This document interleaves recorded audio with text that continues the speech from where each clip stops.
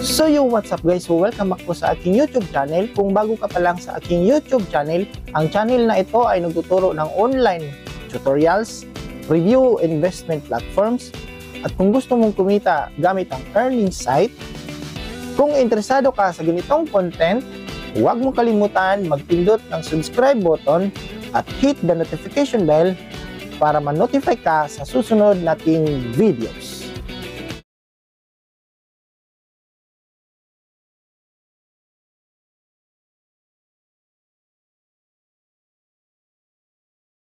Disclaimer: this channel does not promote or encourage any illegal activities. All contents provided by this channel is meant for educational for... What's up guys? So mag-update tayo ng iOS 18 developer beta natin. So naka-up na po itong iOS 18 natin sa ating iPhone device. So naka-iPhone 15 Pro Max po tayo as of now. Meron tayong iOS 17.5.1 21F90 yung currently iOS version natin. So mag-update tayo ng iOS 18 developer beta. So as of now, June 10, nagre-release na po si Apple ng iOS 18 beta. So sa mga naka-developer beta pa po ito guys, wala pa pong public beta. So as of now, register lang po kayo dito sa developer beta sa iOS 18. So compatible po siya sa iOS SE second generation up to iPhone 15 Pro Max. So tingnan natin guys kung anong mga bagong update dito. So usap-usapan, yung bagong update dito is yung control center niya is nagbabago na po. So dito nakikita nyo dito sa atin is ayan, so naka iOS 17 pa po yan guys. So, tingnan natin mamaya after mag-update ng iOS 18 beta.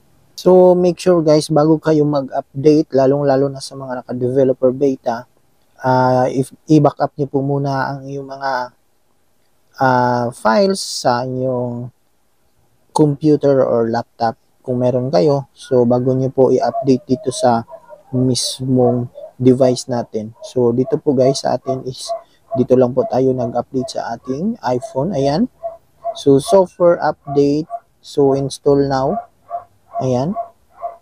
So, install natin yan sa ating iPhone 15 Pro Max.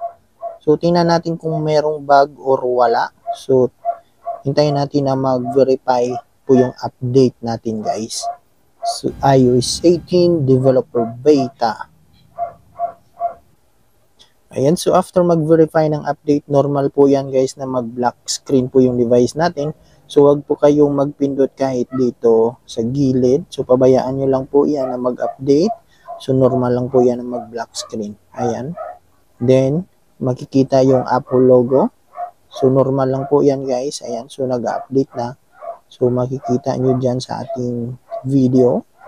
So, hintayin nyo lang po guys na matapos. So, make sure na mataas po yung battery percentage nyo bago i-update kasi doon po nasisira yung software natin after mag-update.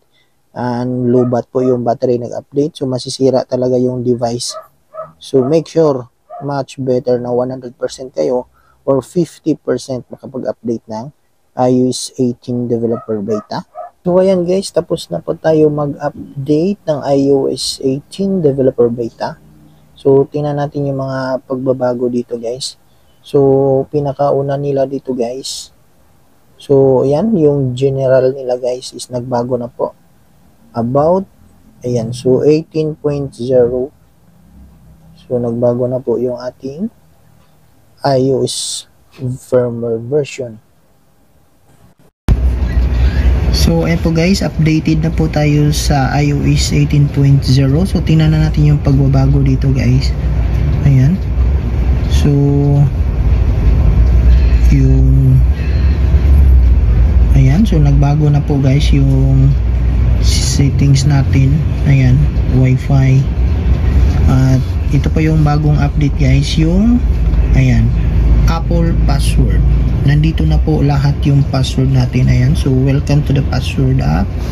So continue, allow. So nandito na lahat yung password natin guys sa browser natin. So inisa na po at merong passcase, wifi, pati yung password ng mga wifi, security, ayan. So meron ding deleted na mga info natin.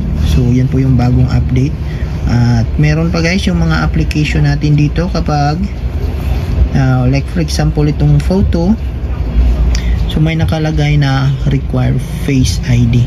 So pwede tayong maglagay ng Face ID kapag mag-open tayo ng mga application. So kagaya na siya ng mga Android guys, pwede nating ilagyan ng password yung mga application tuwing nag-open tayo. Ayan, so pwede na po natin lagyan yan.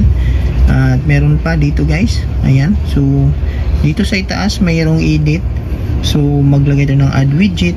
So dito kayo na pipili kung anong gusto nyong widget. At hindi lang po yan, meron ding customize. Merong customize guys. At nagbabago po yung ano natin dito, large and small. So automatic, ayan, yung kulay nagbabago. Dark, ayan guys, dark mode.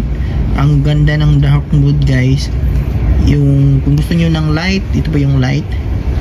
At yung tinted, ayan. So nagbabago guys yung kulay. Ayan, tingnan nyo guys, yung pinakamagandang update sa iOS version ni Apple ay itong iOS 18. So tingnan natin sa mga susunod na update nila guys. So kayo na bahala kung anong gusto nyo. Ayan, so napakaganda. Pwede nyo itantahin yung mga kulay dyan. Ayan, so hindi lang yan guys, meron pang mga update dito. Ayan, so iOS, so long press natin customize, and dito sa plus iOS 18 dito guys, ito yung bagong update nila. Dito click plus, and then may mga controls dito sa baba. So pwede kayong mamili kung anong gusto nyo na controls. At dito pwede nyo dito guys, pwede nyo ano dito, ayan, pwede nyo palitan yung controls natin dito. Ayan, napakaganda guys. At hindi lang yan, meron pang ayan. So dito sa control center, ayan, so dito yung bagong control center nila, may nakalagay dito guys. Ayun, pag nag-swipe ka, lalabas po itong music. Ayan, merong ding home and mga cellular data at wifi. So apat po yan guys. Ayan, so pwede po kayong mag-add. Ayan, so i-resize, add control, lahat po ng control center pwedeng palitan. Ayan, ayan, so napakaganda guys. Mag-add pa kayo ng ano dito, add control. Kayo na bahala kung anong gusto nyo i-add na control center. Ayan, so napakaganda ng update at hindi lang po yan guys sa bagong update. Ayan, dito sa photo nila is mapapansin nyo is wala na pong nakalagay dito sa baba na yung by album.